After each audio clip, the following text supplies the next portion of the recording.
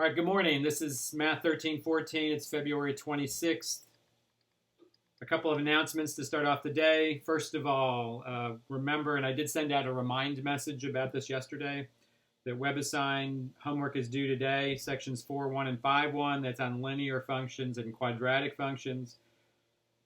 That's due by the end of the day today. And then 5.2 and 5.3 on polynomial functions, which are things we're working on today. And on Wednesday, are due on March the 4th, which is this coming Sunday.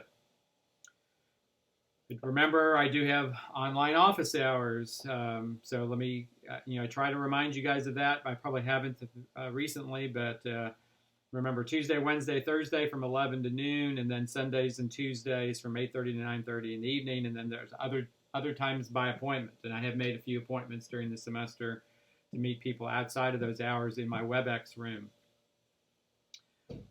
Also, we have 4 class meetings, 4 lectures left before spring break. So we will have 2 lectures this week, 2 lectures next week, and then it'll be spring break, and it'll give us a time to kind of get caught up on some things, WebAssign stuff, and then also start getting prepared for Exam 2.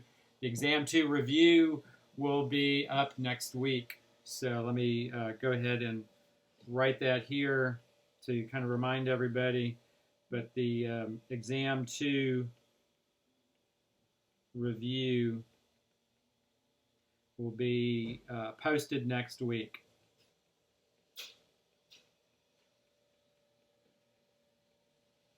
And then remember, because of spring break, Exam 2 will actually not be for 2 weeks after that, so you'll have the review for quite a while to start getting ready for Exam 2. All right, so we are going to go ahead and get started. So we are talking about polynomial functions. That's what we had started talking about already last week. And so I definitely want to do get pretty far into discussing polynomial functions today. So let's first of all go back and review from last week just briefly to kind of get a big picture of where we are right now. So a review from last week.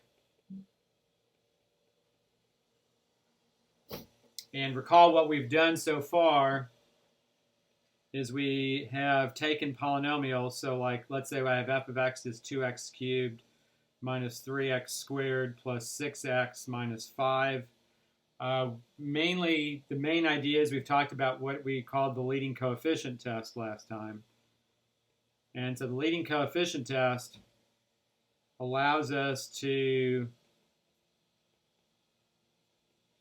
put together a lot of basic things about a function and its end behavior, about a polynomial function and its end behavior. So on this function right here, we identify the degree of this polynomial function. Remember, the degree is the degree of the term, the biggest degreed term, right? So it's the term that has the biggest exponent on it, essentially.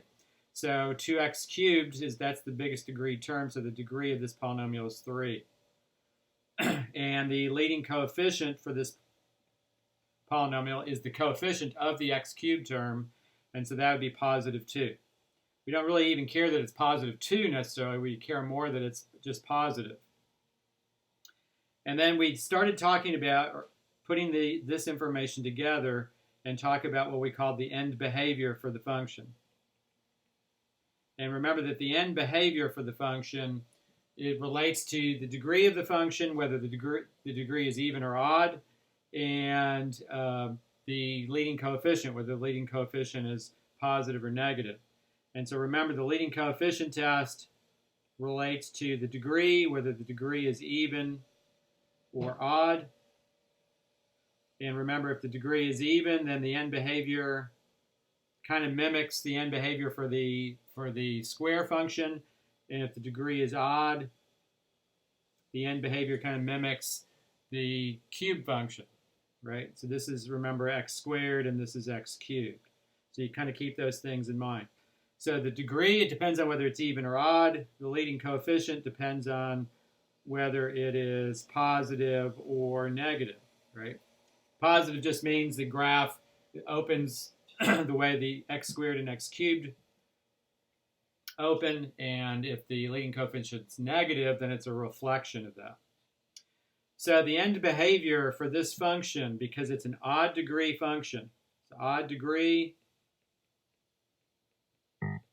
and positive leading coefficient. And because you have those two things true about this function, it means that this function mimics the cube function for the end behavior.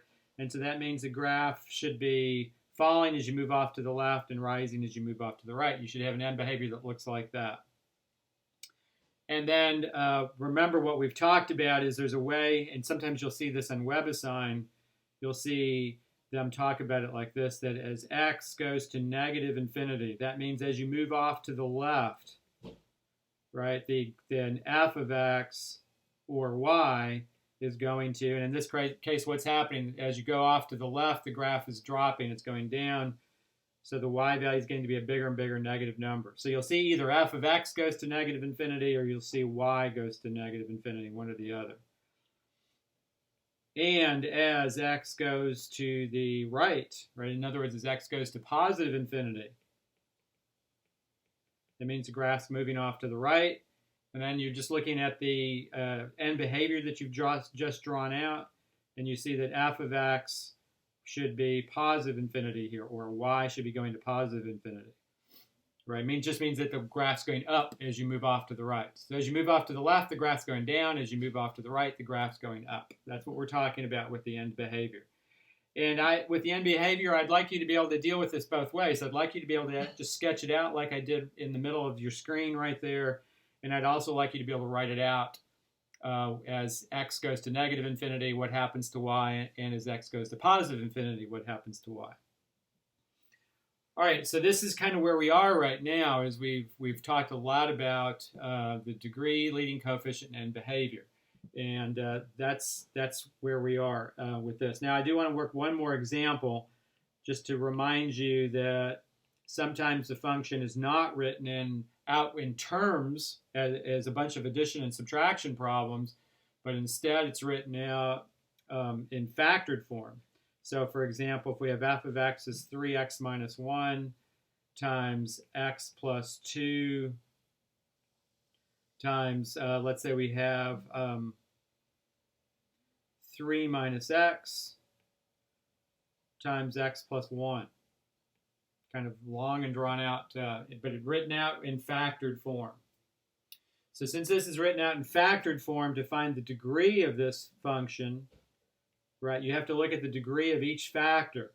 And so you're looking at the factors, and each factor has a degree of 1 because the x is raised to the first power inside the parentheses, and there is no exponents on any of those factors. So those are all degree 1 linear factors. So all you're doing is you're saying, what happens if I multiply all those 4 factors together? In other words, you're just adding the degrees of each factor. So the degree for this function is 4. The leading coefficient, you look at the coefficients of the x's in each of those factors.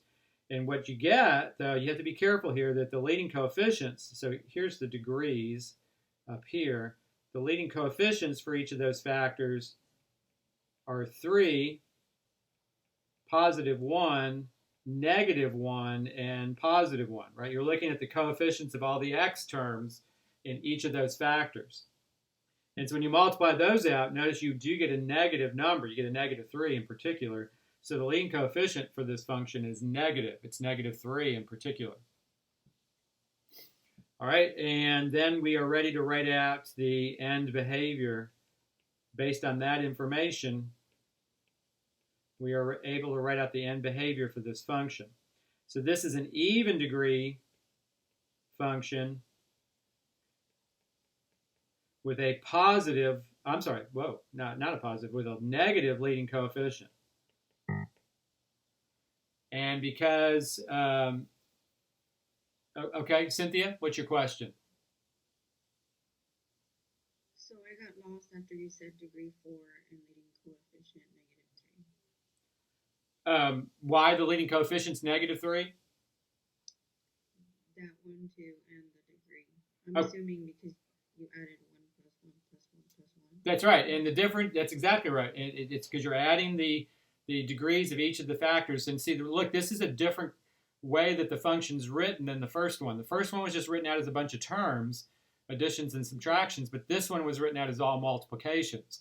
And so to figure out the degree, what you have to do is kind of think ahead as to, well, what would happen if I multiplied all these factors out, right? Use the FOIL method and then use the distributive property. It would be a bunch of multiplication, and you really don't want to have to go through all that heartache to find the degree. And the thing is, you don't have to do that.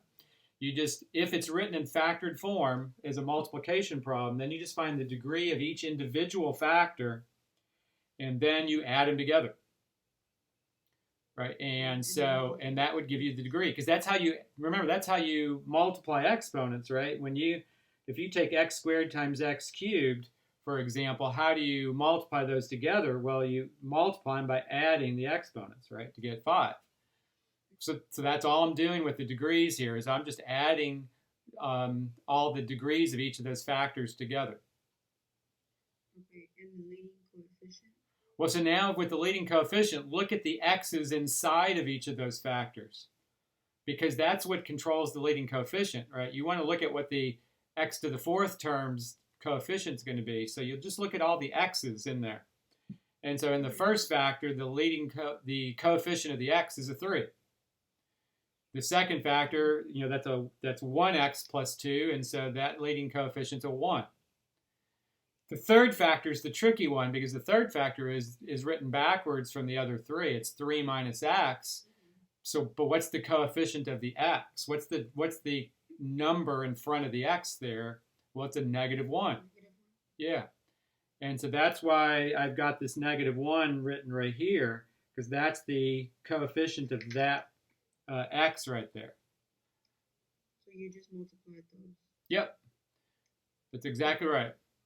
Yeah. Oh, yeah. That's a good question, and that's super, super, super important for the rest of the chapter, that you be able to deal with that, because we're going to be confronted with that situation over and over and over again. So, all right. So now you've got an even degree function. It's degree 4. The negative leading coefficient, because the coefficient's negative 3. So this function's end behavior mimics the square function, but the square function reflected upside down. So the end behavior for this function would be falling as you move off to the left and falling as you move off to the right. Notice it is the parabola of the square function's end behavior, but flipped upside down. And so that's our end behavior. And so then as writing that out in symbol form, we'd say that as x goes to negative infinity, then y, or f of x, also goes to negative infinity, because the graph is falling as you move to the left. And as you move to the right, the graph is also falling in that direction. So this would also be that y is going to negative infinity. And so that's how you'd write out the end behavior in symbol form here. All right, so now you're going to, Cynthia, you asked about the degree and the leading coefficient. And for those of you who are watching this recorded later on, we are going to look at a ton of examples of that as we go through the rest of this chapter.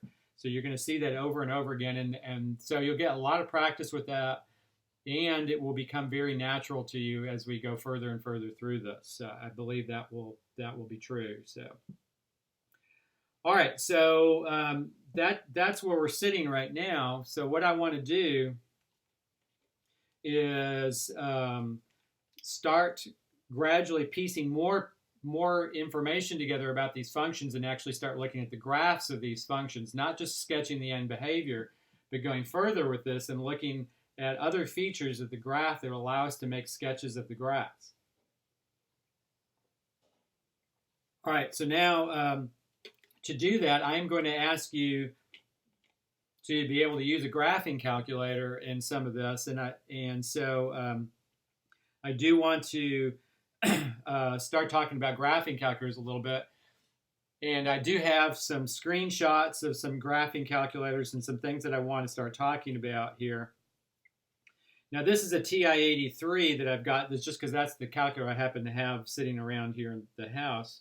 On the exams, you're going to be able to use a TI-83, 83 plus, a TI-84 or 84 plus. Like at the North Harris Testing Center, those are the graphing calculators that you have. You could also use other graphing calculators that are like Casio's, but there's other kinds of graphing calculators. If the keyboard looks like a typewriter, right? It's got a kind of or a computer keyboard, then you're not going to be able to use that kind of a calculator. So not allowed are things like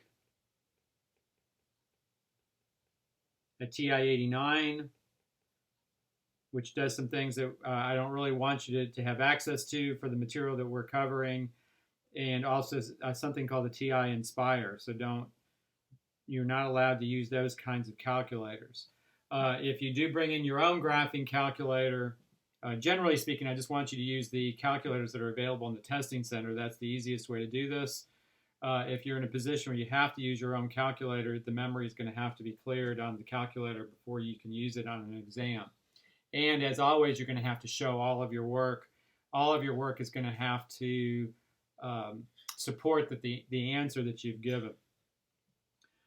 All right, so I just want to talk about a couple of key features on a TI 83 or 83 plus or 84 plus. The keyboards on those calculators, the 83 plus, 84 plus are all pretty much identical. There's only a few little tiny differences that aren't going to be important for us at all.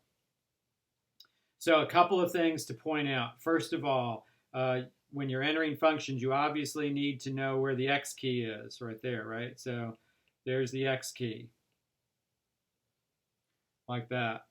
Certainly you need to know that. You need to know where the X squared key is.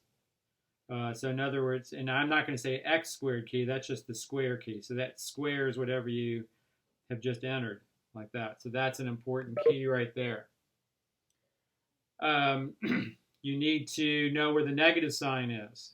This is a common mistake, is for students to confuse the negative sign right here with subtraction. Those are two different keys, and calculator does not like it if you use the wrong one, and you will get unexpected results. So make sure that you distinguish between the negative sign and subtraction when you enter these different things.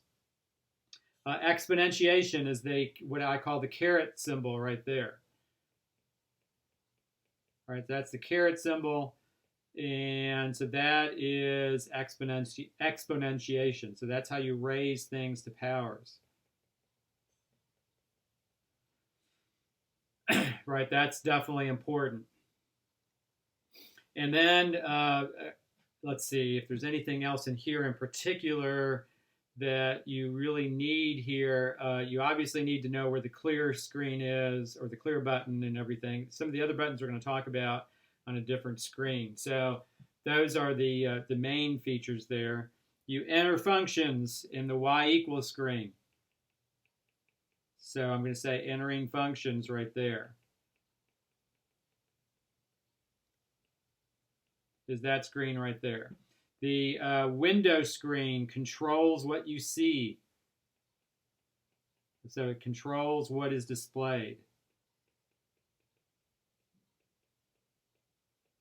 And it actually just controls the part of the plane that you're looking at. And then the zoom screen, and actually I shouldn't have done that. The zoom screen actually does the same things. Those two things in combination.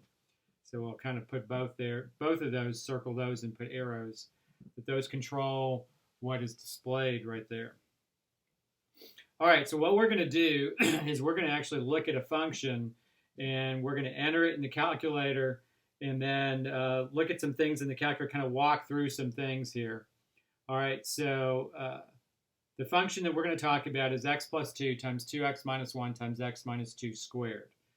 All right, so I've already got it all set up in that respect. All right, so the degree for this function, and so Cynthia, you and I, and Cynthia asked about a scientific calculator and whether it would be useful for the course.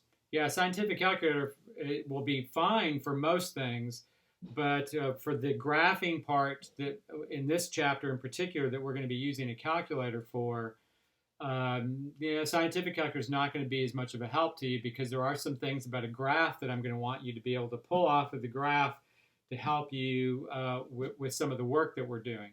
So I really do want you to learn some of the basics of a graphing calculator. You do not need to buy a graphing calculator. By the way, before we get into this, there are plenty of apps that you can use, and I didn't really write this right here. You know, these are the calculators over on the side that generally are allowed right here. And these are the ones that are not allowed underneath there. But there's plenty of apps for being able to use calculators on your phone. So like doing homework, you could use your phone and turn your phone into a graphing calculator without any problem at all. There is an app for taking your phone and turning it into a TI-83 or 84. And that app, it's kind of a weird name, but you go to this site, you go, it's Wabbit, W-A-B-B-I-T, EMU, and this is a actual, what I call a TI-80, I think it's an 83, but I'm not sure, it may be an 84, emulator. And so what it does is it actually turns your phone into an emulator. It makes it look like a TI-83 or 84, like that. Now, the only problem with this app is that it is for an Android devices only. It does not work on iOS devices. It doesn't work on iPhones. Now, there are plenty of apps that work on iPhones that turn them into graphing calculators, by the way, but they're not TI-83 or 84 emulators. So I would strongly recommend that you find some kind of an app that would allow you to take if you don't have a graphing calculator, that would allow you to take your phone and turn it into a graphing calculator. The only problem is you can't use that in an exam. Okay, so you do need to use some of the basics of a TI-83 or 84 on an exam. So I just wanted to kind of point that out. And you'll see how it's working as we go through this. It's not going to be, I've never had a student where that's really been a big deal. They end up piecing it together using the graphing calculator that's in the testing center or in a math lab, because the math labs generally have graphing calculators that you can borrow. In the Lone Star system, that's usually true. And so between those things where they have access to graphing calculators that way, then they can usually piece it together and then use their phone at home for other things, for other types of graphing and everything. All right, so let's talk about this function. So the degree for this function, Cynthia and I were just talking about this before we started in this problem. So you look at the degree of each factor because these are all multiplied out. And so the degree of the first factor is 1. The degree of the second factor is 1 because the x's are raised to the first power. The third factor there, you have to be careful because that's x minus 2 squared. And so when you square x minus 2 out, you're going to get an x squared in there. The degree of that factor is 2. And so when you add those together, you get a degree 4 polynomial. Right? So this is a 4th degree polynomial. And then you look at all the x's in each of those factors, and all the x's are all raised to or all have coefficients that are positive. And so the leading coefficient here is positive, right? You can look at all the x's in each of those factors, the leading coefficients in each of those factors is positive. All right, so this is an even degree function.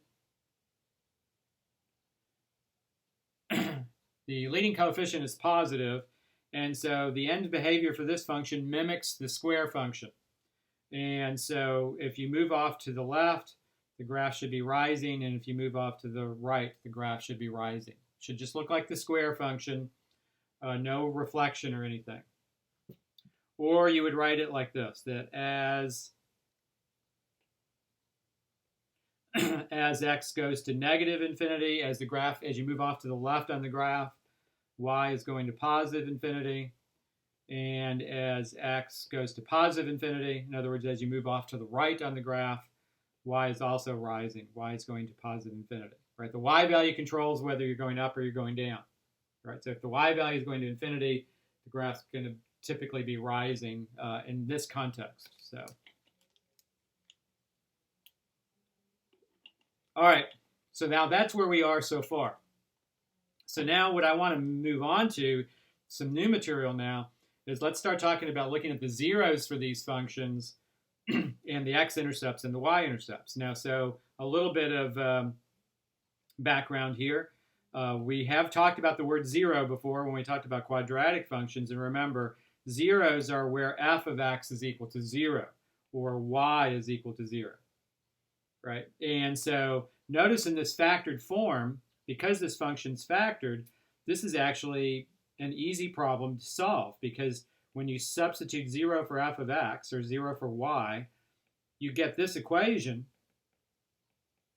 But notice, since its factors multiplied to give 0, to solve that, it's really easy because all you have to do is set each factor equal to 0. Now notice that last factor, by the way, is x minus 2 squared. So that technically means x minus 2 is a factor twice. But what happens if it's a factor twice? That just means you're going to get 2 as a 0 twice. So that's important. We're going to talk about that in a second. And then you also get x equals negative 2 and x equals 1/2. So you get 4 zeros for this function. And notice it's a degree 4 polynomial. That's something we want to write down at the bottom here, if you have a polynomial of degree n, it has n zeros. Polynomial of degree n has n zeros. So a 4th degree polynomial always has 4 zeros. A 5th degree polynomial always has 5 zeros. And also remember that we also talked last week about the fact that it has at most n minus 1 turning points. These high points or low points on the graph. So the number of zeros is always exactly the same as the degree. And the number of turning points at most is 1 less than the degree. All right, so something important to write down. So like this polynomial is a degree 4, it's going to have at most 3 turning points. But it should have 4 zeros. And we've got them all right there, don't we? We have negative 2, 1/2, and then 2 is a 0 twice. So this is the way we write this. So the zeros are going to be negative 2, we just list them, negative 2, comma, 1/2, comma, and then 2 is a 0 twice. Now the way we talk about that is we say that it is a 0 of multiplicity 2. Right? And because multiplicity means how many times the number occurs as a 0. And that it also implies that it occurs as a 0 more than 1 time. So when you write out the zeros, you will always identify the multiplicity of the 0 also. So in this case, 2 is a 0 of multiplicity 2. All right, the x-intercepts. Well, all of those zeros are rational zeros. So now remember that we talked about that last week also. So let's write that down at the bottom. When you have zeros, right, there are 3 kinds of zeros. You can have rational zeros. Those are the fractions, like 2 and negative 1/2 and 3/4 and so on. Those give you x-intercepts. Then you have irrational zeros. Those can sometimes be harder to find. But irrational zeros are typically the ones with square roots in them, like 1 plus or minus the square root of 2 or something like that. Those give you x-intercepts. And then finally, you have a 3rd type of 0 called an imaginary 0. Those are the ones with i's in them. where you have square roots of negative numbers. So you have like 3 plus or minus 5i over 2, or something like that. No x-intercepts on those. Right? Those do not give x-intercepts on a graph. All right, so in this problem, the x-intercepts are going to be at -2, 0. Now you write these as ordered pairs. And then 1/2, 0, and then finally 2, 0. Now, the other thing I want you to think about with the intercepts is that intercepts, graphs might look different around these intercepts. And so what you do is you look at the degree of the factor that gave you that x-intercept and think about what that factor looks like. So for example, with -2, 0, that came from the factor x plus 2, which is a linear factor. So what that means is the graph, as it goes through -2, 0, is going to kind of sort of look like a line. The same thing with 1/2, 0. That factor is 2x minus 1, which is also a linear factor. And it means that as the graph passes through the point 1/2, 0, the graph's going to kind of look like a line. It's not a line, but it's going to kind of look like one. And then finally 2, 0, well, that factor is x minus 2 squared. That is a quadratic factor, right? That's a second degree factor. And so that means that the graph at 2, 0 is going to kind of look like a parabola. It's not going to look like a line. It's going to kind of look like a parabola. And so that's something to think about as you sketch these graphs, is you kind of have an idea of what the graph looks like as it's going through the x-intercept just based on the degree of the factor. So at -2, 0 and at 1/2, 0, the graph's going to kind of look like a line.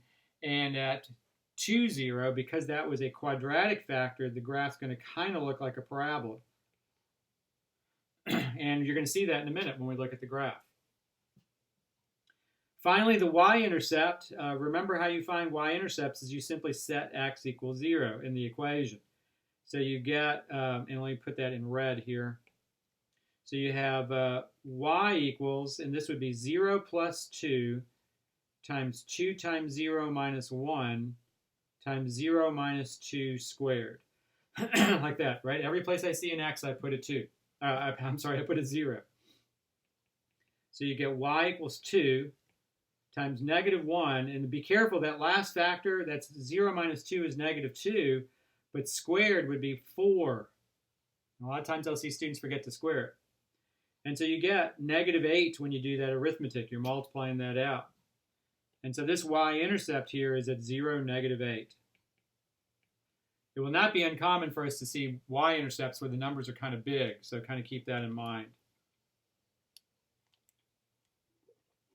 All right. So now what we would do, we could kind of make a rough sketch of this graph. Now I'm going to kind of make a very rough sketch here on this screen, and then we're going to look at what the graphing calculator gives us and look at entering this function on a graphing calculator and show how it kind of agrees. And then finally, I'm going to show you what it looks like on the app that I use on my iPad, where I'm actually lecturing from right here. All right, so let's see. This graph has an intercept at -2, 0. It has an intercept at 1/2, 0, and it has an intercept at 2, 0. We also know that the graph has this kind of end behavior, like this.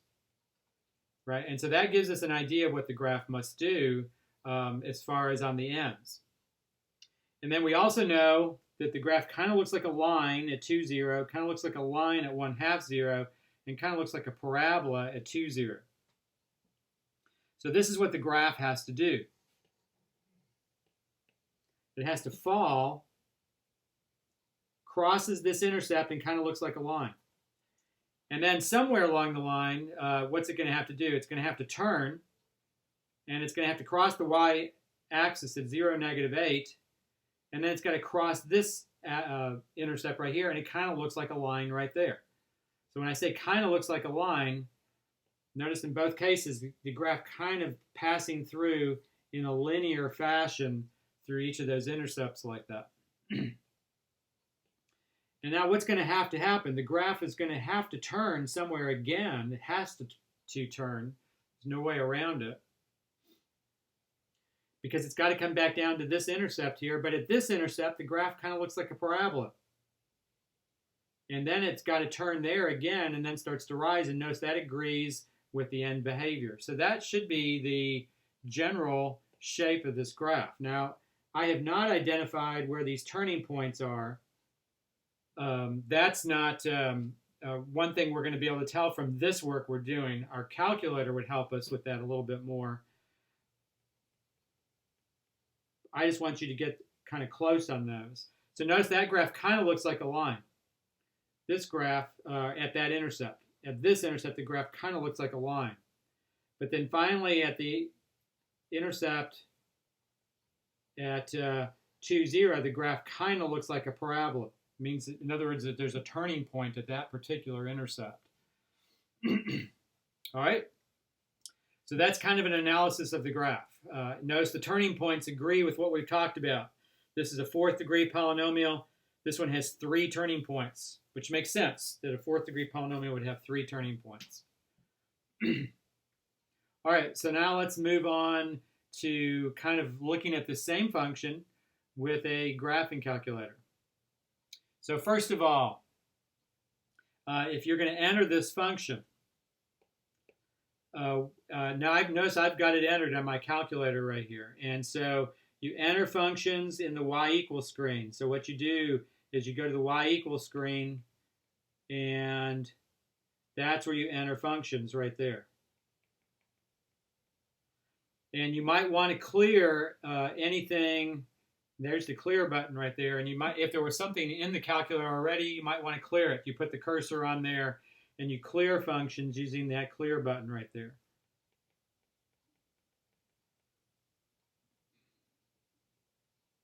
Right, put the cursor on that line and you just hit the clear button and it'll clear it out for you.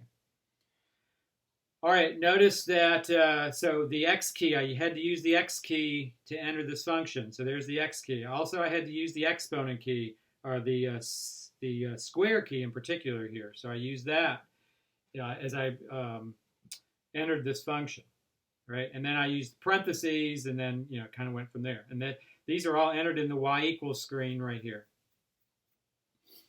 All right, I'm going to flip the screen here. This is the zoom screen right here. This is the zoom screen. And if you hit zoom, this will control kind of sort of the window that you're using. In other words, what you're going to display on the x-axis and what you're going to display on the y-axis. There's basically 2 basic windows that I would use here, and that's zoom 4, that's zoom decimal right there, and then zoom standard, zoom 6. Zoom decimal is usually the one I try to use at the beginning, and I'll show you what that means on the next screen right there.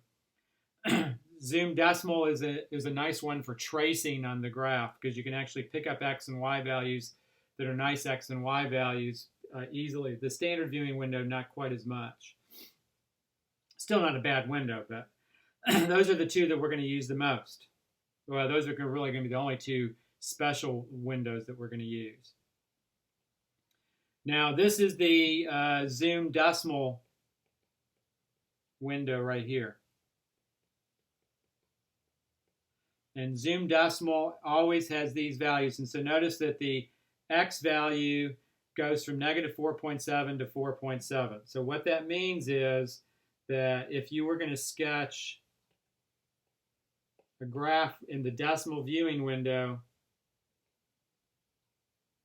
it's going to go out to a little bit past positive 4 and a little bit past negative 4 on the screen. But there's 4, there's negative 4, and it's going to go a little bit past each one of those to 4.7 and negative 4.7. And then on the y's, it's going to go a little bit past 3 and negative 3. So you're going to have 3 here and negative 3 here. And that's what the decimal viewing window is going to look like. right? Automatically. So if you hit zoom 4, right, so all you have to do is hit the zoom button and then hit the number 4, and then it's after you've entered a function, and then it's going to enter or it's going to graph the function in the decimal viewing window, all right? Excuse me. Now the standard viewing window, remember that was the other one I talked about. The standard viewing window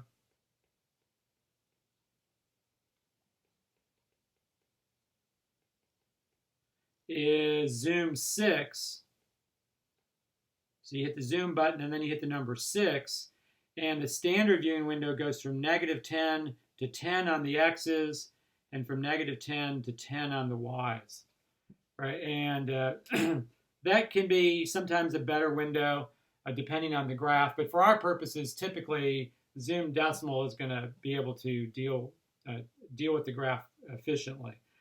Now, sometimes you have to change the y values, and you'll see that in a minute. So you can go into this window screen right here. And by the way, I never mentioned that at the beginning. This is the window screen right here. So when you hit the window button, you're in this screen. You can go in and change those manually anytime you want. The zoom button just allows you to use preset values immediately. So it's easier because of that.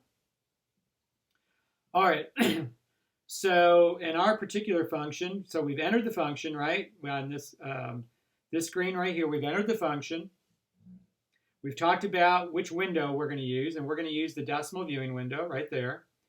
That's the decimal viewing window from -4.7 to 4.7 and -3.1 to 3.1. And then finally, we hit the graph button, and the graph button actually graphs the function once you've set up the window. Or you can use the zoom window and it'll do the same thing. If you just hit zoom 4, it'll graph it automatically. And on our function, when you graph it, this is what you get right here. So remember that the function that we're entering here, excuse me, is f of x equals x plus 2 times 2x minus 1 times x minus 2 squared. Remember, that's the function we're graphing right here. So a couple of things to note here is notice the window, right? That if you look at the window screen, you know, here's the origin, but there's 1, 2, 3, and 4 on the x's, and -1, -2, -3, and -4 on the y's. I'm sorry, on the negative x's. And so notice the graph has the intercepts that we've talked about. And on the y's, 1, 2, 3, and -1, -2, -3. So that's the decimal viewing window. And notice the graph has the intercepts that we had talked about a few minutes ago, right? It has an intercept here at 2, 0, another one at 1/2, 0, and another one finally at 2, 0. And then finally, notice that the graph itself kind of looks like a line on this first intercept, kind of looks like a line on the second intercept, and then kind of looks like a parabola on this third intercept, right? And that goes along with what we've talked about also. And then finally, the end behavior matches what we've talked about. Here's the end behavior. The graph's rising off to the left and rising off to the right like that. And so that's the end behavior. So this graph matches what we were talking about very, very well. Now, I wanted to kind of walk through the graphing calculator approach to this and using a graphing calculator, in particular a TI-83 or an 84. So you can see how this works. I'm not going to spend a lot of time bringing in the graphing calculator formally to my lectures here. What I will typically use is is an app that I use called Good Grapher, and this is the Good Grapher app right here, and this is the same function graphed in the Good Grapher app. Notice the graph just looks a little bit nicer than it does on a calculator, and so that's a nice feature of it. And then also, if you're looking at your screen right now, notice that I can easily pinch the graph or spread the graph out horizontally, vertically, any way I want, and I get a nice picture graph, a pretty nice picture of the graph like that. And so the app that I use is the one that I prefer to show pictures of the graphs. But I did want to walk through the graphing calculator in particular, because that's how a lot of you might be using that to help you in some of these problems. So, all right. So that's our first function right there. And so what we're going to do now is proceed on with some other problems, kind of walking through the same process, except I'm not going to be showing you all those screenshots of the calculators as we go through this. But I am going to use the graphing app that I have there. All right, so if you'll hold on just a second, I'm going to find a problem here. Excuse me. So this is, I'm on section 5.3 of your textbook. And this is on page 390 of your textbook, and this is problem number 16. And so this is another function. And so we're going to be looking at polynomial functions now for quite a while, and different issues that we confront with these polynomial functions. So this is our function, f of x equals x cubed plus 2x squared minus 9x minus 18. Now, the big difference between this one and the problem we just came out of is that this problem was in factored form, right? This was factored. Right, you had these nice binomial factors, and it was written out in factored form already.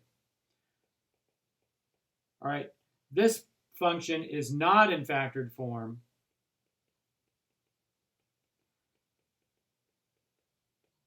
but I want you to also notice that it is factorable. When I say it's factorable, is what I'm saying is it's not in factored form, but it is something where you can use methods from intermediate algebra and actually factor it and make it into factored form, right? Put it in factored form. In this case, use grouping to factor this. So grouping, if you recall, what you do is you group the first two terms and the last two terms together, and then take out common factors there. So in the first group, the common factor is x squared, and when you take that out, you're left with x plus 2. In the second group, the common factor, be careful, in the second group, the common factor is negative because the leading term is negative. And you take that negative 9 out, and you get x plus 2. And so then you get a common factor of x plus 2, and you're left with x squared minus 9. And then finally, x squared minus 9 is the difference of two squares. And so you get x plus 3 times x minus 3, like that. See, now it's in factored form. That's the form you want, because that's going to be the form that's going to be easiest for finding zeros for the function. If it's not in factored form, you're going to really have trouble getting the zeros for the function.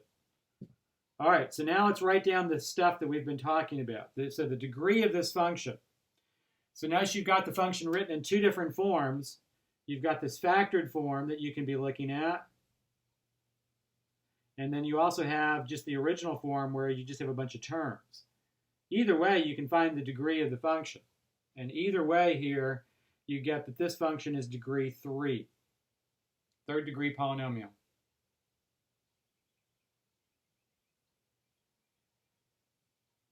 All right, and so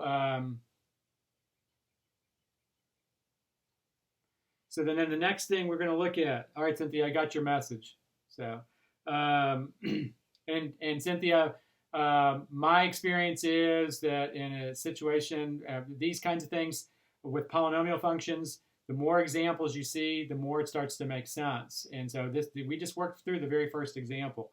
And so my advice is always to watch, if you're on live lecture, to just watch through the whole thing and watch through a bunch of examples and start seeing how things piece together. That, to me, is always the best way to approach it. So the degree 3, so it's a degree 3 function, right? Because you have this third degree term, this first way it's written, or you just add the degrees of each of these factors and you get 3 that way, either way. The leading coefficient is the coefficient of the third degree term. And the coefficient is a positive 1. You can see that from the original function. And so the end behavior for this function, right, it's an even degree. Well, it's definitely not even degree, is it? It's definitely odd degree. It's an odd degree function, so that means it looks like the cube function, and no reflection here because the leading coefficient's positive. So it looks like the cube function without a reflection. And so the end behavior for this function would be just like the cube function, falling as you move off to the left, rising as you move off to the right. All right, so to write it out in symbol form then, as x goes to negative infinity, y goes to negative infinity. As you move off to the left, the graph is dropping. And as you move off to the right, x goes to positive infinity, the graph is rising, so y goes to positive infinity that direction. All right, the zeros for the function. Remember the zeros, you find those by setting f of x equal to 0. Right, or y equal to 0. So in my function, you do this in the last form. This is why you factored it. You get 0 equals x plus 2 times x plus 3 times x minus 3. And so you just set each factor equal to 0, and you get a 0 at negative 2, another one at negative 3, and then finally another one at positive 3. And so those are my zeros. Remember, this is a third degree polynomial, so it was supposed to have 3 zeros. And you've got them all written here. You got negative 2, negative 3, and 3. None of those factors are raised to a power other than 1, right? These are all first degree factors right here. And so these are all going to look like lines when you sketch the graph. In other words, the graph is going to kind of look linear as the graph passes through that intercept. The x-intercepts, those zeros are all rational zeros, so they all give you x-intercepts. Negative 2, 0, negative 3, 0, and 3, 0. Finally, the y-intercept. Remember how you find the y-intercept is you set x equals 0. And what I would do is I would just set x equal to 0 in the original equation. Because when you put 0 in for x in that original equation, notice everything drops out except the 18. And so there was the y-intercepts here at 0, negative 18. Like that. All right, so now let's just kind of sketch a rough sketch of this graph, what it should look like, and then we'll go to the app and we'll actually make a better sketch of it from the app and show how they kind of look the same. So you have an x-intercept at negative 2, 0. You have another x-intercept at negative 3, 0, and another one at 3, 0. So those are my x-intercepts. You have a y-intercept down here somewhere at 0, negative 18, so it's negative. So we'll just put it just down there somewhere at 0, negative 18. And then think about the end behavior for this function. Right, the end behavior is that the graph has got to be coming from down here like this, and then eventually it's got to be coming up like this. Right? And so you can see kind of how this graph is, the flow of this graph, that the only way you can sketch this out as you go from left to right is the graph's got to be coming from down below.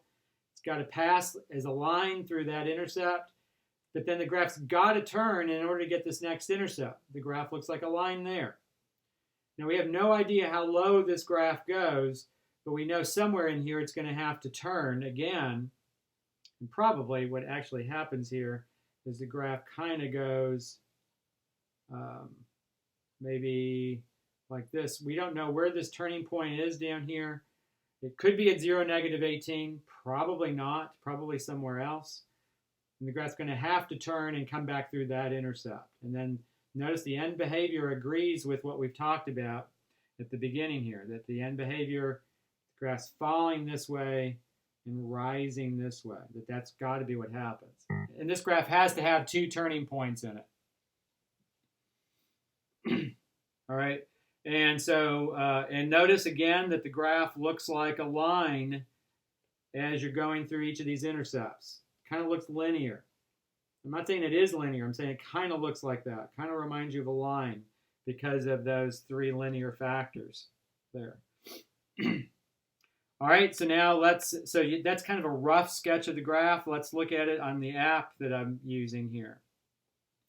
So let me go ahead and clear that function out. And then we did x cubed. So this is x raised to the 3rd power plus 2x squared. And I'm kind of entering this like I would have to enter this on a graphing calculator. Minus 9x minus 18.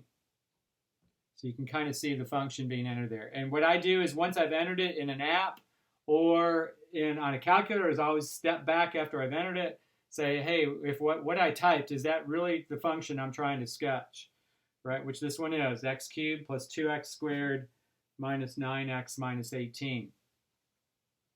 And so now I'm going to sketch the graph. And notice this graph definitely agrees with what we talked about a second ago. It's a rough, just as a rough sketch.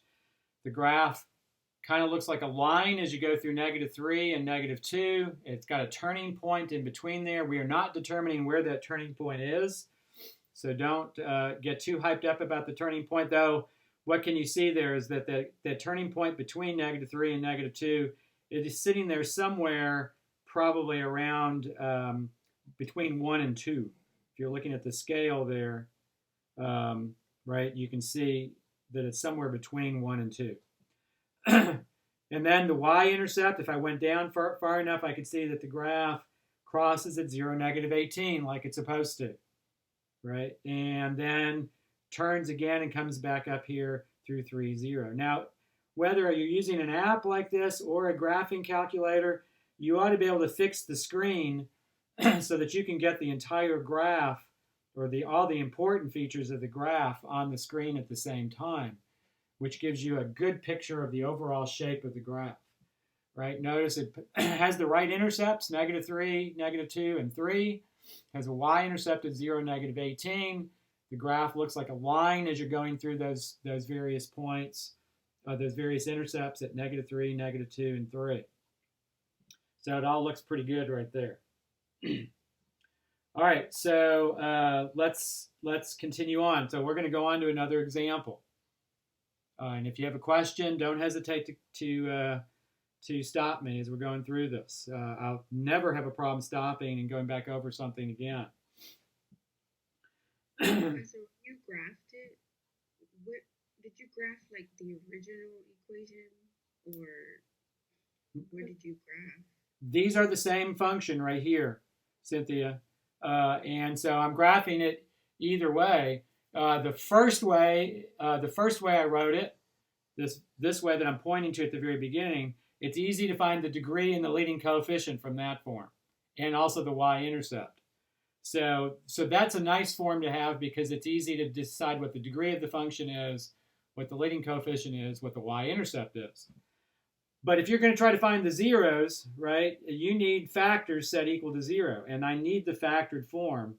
And so that's why we went to the factored form, because I needed that form in order to find the zeros efficiently, right? And so that's why I went through the factoring at the beginning so I could find those zeros. And those zeros tell me where the x-intercepts are, right? The first form doesn't tell me where the x-intercepts are. It's this second form that tells me where the x-intercepts and the zeros are. So that's why I need that one. And so it's the same function. It's just that different forms allow you to find different information the most efficiently. And remember, this graph that I'm sketching here, this graph right here is the graph of the equation. So every point on this graph, and there's an infinite number of points on this graph, all make that equation a true statement. We're just trying to find some of the key features of the graph to make a sketch fairly efficiently. Right, so we're taking the end behavior of the graph and the behavior around the x-intercepts, where the y-intercept is, the fact that the number of turning points is always at most 1 less than the degree, And it's kind of like this big puzzle, and we're trying to fit all these pieces together to make a sketch of the graph. I don't know if that answered your question or not. Maybe. A little bit. Maybe vaguely. A little bit. Okay, so but that's why we're working through examples. So let's work through another example. And Cynthia, as we're going through the problem, if you've got a question as I'm going through this, you stop me, okay? So let's see. So this is, excuse me, number 22 on the same page. This is f of x equals x to the 6th minus 3x to the 4th minus 4x squared. Now, Cynthia, notice that this is not in factored form right now. So though I can get some information from this function the way it's written, the zeros are something I won't be able to get because of the way this one's written. I need to factor it also. Now, I can tell from this form what the degree and the leading coefficient and the end behavior are, right? The degree for this function is, Cynthia, what's the degree of this function going to be? I think it's the highest number. So Yep, that's right. So what is it? degree 6. Good. Very good. So the degree is 6. That's going to be the most important thing. That's going to drive a lot of what we do, is what the degree is. So notice that the degree tells us not only the degree of the polynomial, but it also tells us that this polynomial has got to have 6 zeros, that the number of zeros and the degree are always the same, and that it also tells us that it has at most 5 turning points, always one less than the degree. So that degree gives us a decent amount of information. And then the leading coefficient, that's the coefficient of the x to the 6th term, and that is positive 1, right? So you don't count any of the other coefficients. That has nothing to do with the leading coefficient, that's right. The leading coefficient is just the coefficient of the x to the 6th term, right? And so that is a 1 right there, and that's all I care about. Right, we're saying that that term controls a lot about what this function does on the ends. Right, the degree controls part of the end behavior, and the leading coefficient decides whether it's a reflection or not. Right, and so the end behavior for this function, right, what do you have? You have an even degree function, right? So that means it kind of looks like the square function. It looks like a parabola as far as the end behavior goes.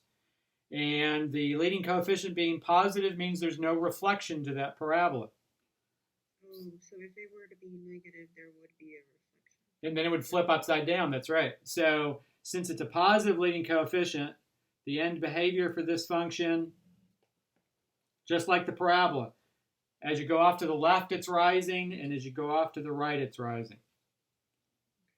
If it had been a negative leading coefficient, if it had been a negative leading coefficient, then the end behavior would have been a reflection of that. It would have been turned upside down, and it would have been falling to the left and falling to the right. Okay? All right, and then and then writing this out as symbols. And the reason why I'm doing the symbol stuff is because WebAssign will ask you to write it out in symbol form sometimes, and so I want you to see that. So as x goes to positive infinity, or no, I've been doing negative infinity. As x goes to negative infinity, in other words, as the graph goes off to the left, the graph is rising. And as x goes off to the right, the graph is rising, right? And so that's what we're talking about. As you go off to the left, you're going this direction. As you're going off to the right, you're going off in this direction. All right, we have to have this in factored form in order to find the zeros. So the next thing I do is I'm going to take my polynomial and I'm going to factor this. And this one factors different than the last one. First of all, there's a greatest common factor of x squared. So you take that out, and you're left with x to the 4th minus 3x squared minus 4. And then this polynomial that you have left, it's going to factor so that you have an x squared in the first term of each of those binomials because of the way the exponents are written. And so this one is going to be x squared minus 4, and then this is going to be x squared plus 1. And then finally, x squared minus 4 is the difference of two squares, and so it factors as x plus 2 times x minus 2. X squared plus 1 is the sum of squares, and it does not factor. Be careful, it's not a factorable polynomial. And so now we're ready to find the zeros for the function. And so remember the zeros, you set y equal to 0. You set f of x equals 0. So you have 0 equals x squared times x plus 2 times x minus 2 times x squared plus 1. All right, so you set each of those factors equal to 0. So now x squared equals 0, which just gives you x equals 0. But the fact that it's squared means that that 0 is going to be a 0 of multiplicity 2. It means it occurred twice because it was x squared.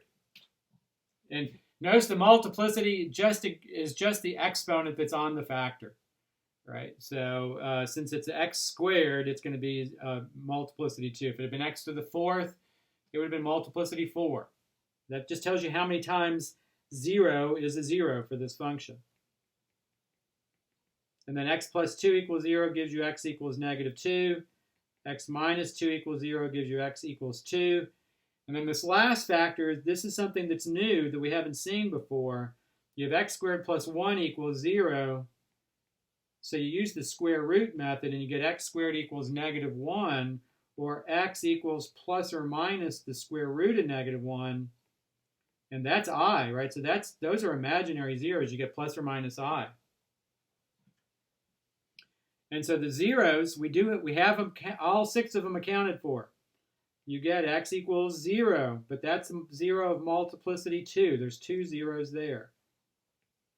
And then you get negative 2. That just occurs once. 2 occurs once. And then you get plus or minus I. There's 2 more zeros there that are imaginary. And when you add them up, you get 6 of them altogether. The x-intercepts. You have an x-intercept at 0, 0, at negative 2, 0, and at 2, 0. I does not give you, remember those are imaginary zeros, no x-intercepts from those. Right, you only get x-intercepts from real zeros, rational numbers or irrational numbers. The y-intercept, well, there's nothing to do with the y-intercept because we got 0, 0 to be the x-intercept. 0, 0 has got to be the y-intercept also. You can't have another y-intercept there. You can only have one y-intercept. Otherwise, it wouldn't be a function. And so you kind of have, from this information, you kind of get an idea. By the way, one other thing to kind of bring into play here is notice that this is an even function. All the exponents are even exponents, and so this is an even function. And so that means that the graph is symmetric with respect to the y-axis. Now, it's not critical that you knew that, but it's certainly helpful that you knew that to sketch the graph. You could sketch it without that information, but it's going to be helpful if you know it.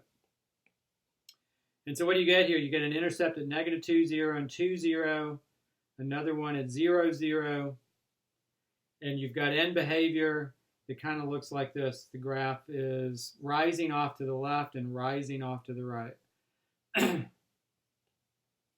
And also, since all the, what have you got? You've got a 0 of multiplicity 2 there, so that x-intercept kind of, that one looks like a parabola because it's x squared. So this is kind of look like a parabola here. But this is going to look like a line. It's linear, and this one's going to look like a line. It's linear. And so the graph is falling, crosses that intercept. It's got to turn. The graph looks like a parabola at this intercept. and then it's going to turn again, and you can see where the symmetry comes into play on this graph. And notice that the graph, like I said, looks like a line through that intercept, looks like a line through that intercept at negative 2, 0, and 2, 0. So the graph kind of looks like a line there. The graph kind of looks like a line here. But at 0, 0, because it was a 0 of multiplicity 2, the graph kind of looks like a parabola at that intercept. And that will always be true. A graph that has a even multiplicity, the graph's going to kind of look like a parabola at that intercept, like that. All right, so let's finish this. What I'm going to do is I do want to look at one more problem before I shut this down. This is problem 54.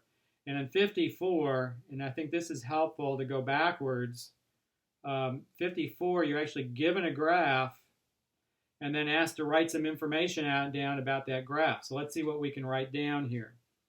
So this graph on 54, first what I'm going to do is go through and kind of sketch out the intercepts for this graph. This graph kind of looks like this.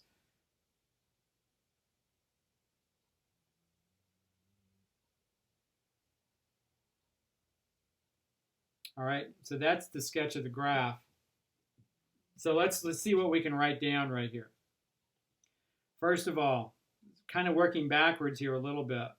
The x-intercepts for this graph are at negative 4, 0, at negative 2, 0, and at 3, 0.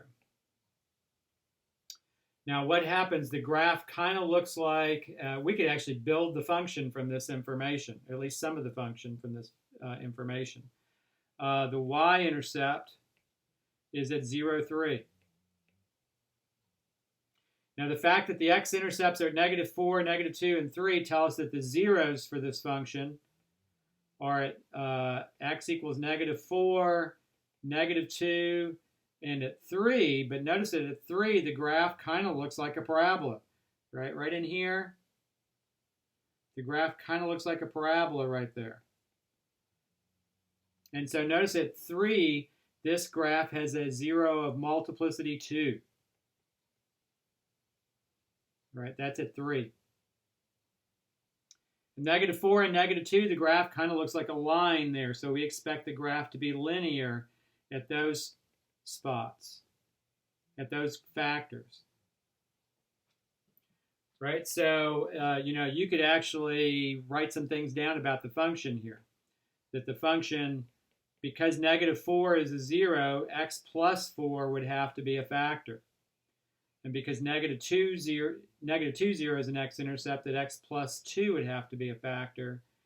And that because 3 is a 0, at multiplicity 2, x minus 3 would have to be a factor, and it would have to be squared because it's a 0 of multiplicity 2. And work backwards here. If x plus 4 is a factor, notice you do get negative 4 as the 0. And if x plus 2 is the factor, you do get negative 2 as the 0. Same thing with 3. You get x equals 3 as the 0 right there. So that works out. The fact that 3 is a 0 gives you that x minus 3 has got to be a factor. Because negative 4 is a 0, x plus 4 has got to be the factor. Now what we're not sure of is there could be a constant sitting in front of here. So I'm going to put an a there because we don't know what that constant might be. And we'll talk about that constant later. We're not going to do that now. What about the degree for this function? Well, the degree, it has 3 turning points. We've got 4 zeros. The degree of this function is 4. And the leading coefficient would have to be positive because of the way the graph turns. And the end behavior, look at the graph that they gave you at the beginning of the problem. The end, it's sketched here. This is the end behavior right here. I'm putting that in red.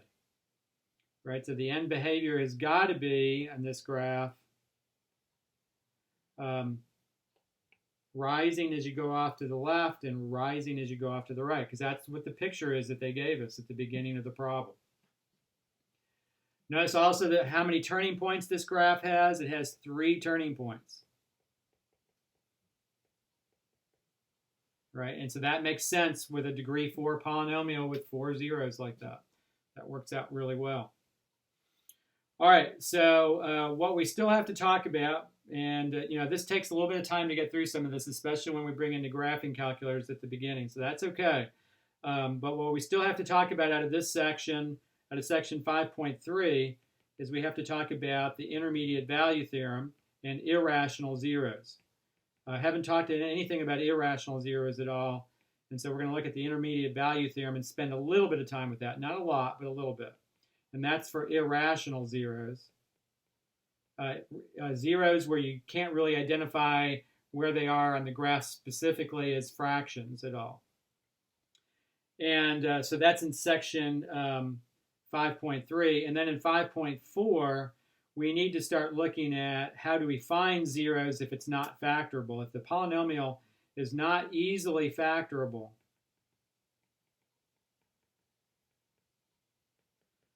how do we find zeros? And we're going to use division to do that. And so we'll talk a little bit about that. And then 5.5, we'll start looking at graphing again.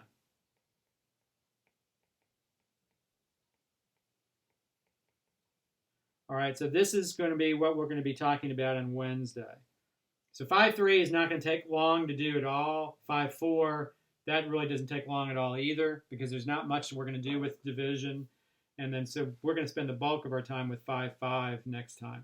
So, all right, and very common for those of you who are watching live right now and those of you who are watching recorded, it's very common for a student as we're getting into polynomial functions to start getting kind of overwhelmed because there's a lot of material going on in the problem. But what students, my experience has been, and I've been doing this a long time, my experience is that students gradually start piecing together the pieces to these puzzles that we're kind of putting together with polynomial functions, and it all starts coming together as they start getting practice on these problems.